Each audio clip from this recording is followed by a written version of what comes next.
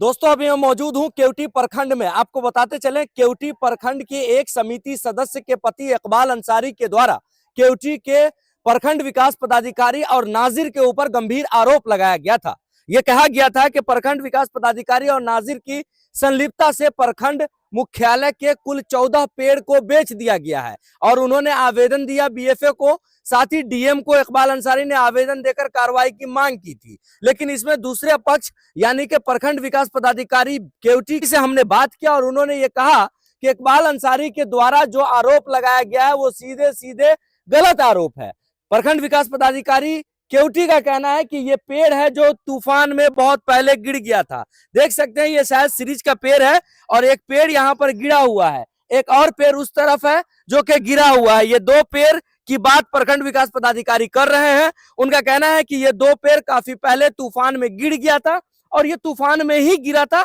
ये पेड़ की स्थिति को देखकर भी साफ साफ प्रतीत होता है। एक ये पेड़ है जो दीवार पर लटका हुआ है और एक ये पेड़ है जो कि तूफान में ही उखड़ा था, बीडीओ साहब का दावा है। और इस पेड़ के टहनियों को या इस पेड़ के स्टेम तनों को काट कर उस रखा गया है। प्रखंड विकास पदाधिकारी केवटी का यह साफ साफ कहना है कि इकबाल अंसारी जिसकी पत्नी समिति है उसके द्वारा जो आरोप केवटी के प्रखंड विकास पदाधिकारी पर लगाया गया है वो सीधे सीधे बेबुनियाद है और उन्होंने उच्च पदाधिकारी से इस मामले में सही जांच कर उचित कार्रवाई की भी मांग की है। हालांकि इस मामले में इकबाल अंसारी जो कि एक सामाजिक कार्यकर्ता है जिनकी पत्नी समिति सदस्य है, उस पर प्रखंड विकास पदाधिकारी बीडीओ ने भी गंभीर आरोप लगाए हैं। इस मामले में क्या कुछ इकबाल अंसारी का कहना है वो तो उनका पक्ष जानने के बाद ही पता चलेगा, लेकिन फिलहाल प्रखंड विकास पदाधिकारी केवटी का यह साफ साफ कहना है कि उनके ऊपर 14 पेड़ काटकर बेचने का जो आरोप लगा है वो पूरी तरह बेबुनियाद है। दो पेड़ हैं, एक पेड़ यहाँ पे दीवार पे अभी भी लटका हुआ है और एक पेड़ यहाँ पे अभी गिरा हुआ था जिसके तनों को कटवाकर उस तरफ रखा गया है। इस पूरे मामले को लेकर केवटी प्रखंड विकास पदाधिकारी का क्या कुछ कहना है, देखें यह रिपोर्ट। जहाँ तक पेड़ काटने का कोई बात ही नहीं है। आप लोग पता होगा कि आप लोग साइड विजिट करिएगा तो देखने में आएगा ही कि पेड़ जड़ से उखड़ा हुआ है और वो बहुत पहले पूर्व जो है आंधी तूफान से उखड़ कर पेड़ जो है बाउंड्री पर और ये छत पे गिरा हुआ था और दीवार भी टूटा हुआ होगा जिसका रिपेयरिंग किया गया है, काम हुआ है, ये देखने से स्पष्ट हो जाएगा। और काटने का है, जब उसका रिनोवेशन का काम हो रहा है तो उसको काट के वहाँ रखा गया था सुरक्षित। हाँ, ये सही है कि उसमें से एक आध दो डाली जो है जो गायब हुआ है, जिसके लिए उस गायब के लिए हमने थाना में एफआईआर दर्ज कर दिया है। पहले सनहा दर्ज किया था, फिर एफआईआर दर्ज कर दिया है। इतना ही बात सही है। बाकी जो भी बात फैलाया जा रहा है वो इकबाल अंसारी का मनगढ़ंत है। वो इस तरह का ब्लैकमेल करने का आदी है। इनका इतिहास रहा है कि हजारों आवेदन, बहुत सारे आवेदन करते हैं लोग पदाधिकारी पर और पदाधिकारी पर दबाव बना के ब्लैकमेल करते हैं और उनसे राशि का उगाही करते हैं। वो आपराधिक प्रवृत्ति के लोग हैं। पहले कई मुकदमा में उन पर केस दर्ज है और ये जब भी कोई इनके खिलाफ बोलता है तो प्राथमिकी दर्ज कर देते हैं और जिला से लेकर के राज्य स्तर तक ये आवेदन करते हैं और आवेदन करके इनका रोजी रोटी इसी से चलता है।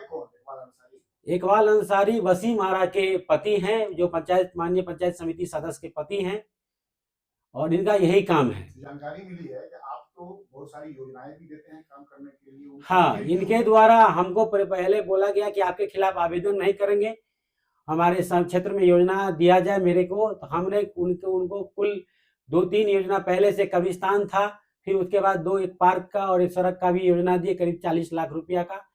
फिर भी उनका मन नहीं भरा और योजना के चलते और प्रेशर बनाना चाहते थे कि और योजना दे। और इनका मेन काम है कि राजनीति क्या लोकल राजनीति का फायदा लोकल राजनीति के कारण ही इनके द्वारा इस तरह का प्रोपेगेंडा चलाया जा रहा है और मनगढ़ंत कहानी रची जा रही है कि और हजारों पेड़ कट गया, 15 पेड़ कट गया। ये मनगढ़ंत कहानी उनका द्वारा रची जा रही है ताकि इनके ऊपर प्रेशर बने और इन पे कार्रवाई हो और हमको नहीं तो मेरे पास आए कि हमसे बात करने के लिए, ताकि इनको ब्लैकमेल करके अच्छी राशि उगाही की जाए। और इनका आरोप लगाने के बाद इस पर जो प्रक्रिया हुई है उसकी जानकारी इस तरह बताएंगे। हाँ, आरोप लगाने के बाद इन पर जांच हुआ है। हमने मेरे जैसे आरोप लगा है तो इनके द्वारा जगह जगह आवेदन दिया गया है, जिला स्तर पर कमिश्नर साहब को, जिला वन पदाधिकारी को तक आवेदन इनके द्वारा दिया, वन प्रबंधक स्टेट को भी आवेदन दिया गया है। लेकिन जांच पदाधिकारी आके देख रहे हैं, स्थल पर आप लोग भी देखे होंगे, ये स्थल पर जड़ सहित पेड़ उखड़ा हुआ है और दीवार पर गिरा हुआ है, उसका निशानी है। इनका यही काम है, पूर्व से भी यही काम करते आ रहे हैं। इनका कई बार हमको खुद अपने बता रहे थे कि कई बार वो कार 2-4 कार लिए, उनका फाइनेंस नहीं चुकाया, कई किस्ती रख लिए और फाइनेंसर के ऊपर उल्टा एफआईआर करके उनको फंसा दिए।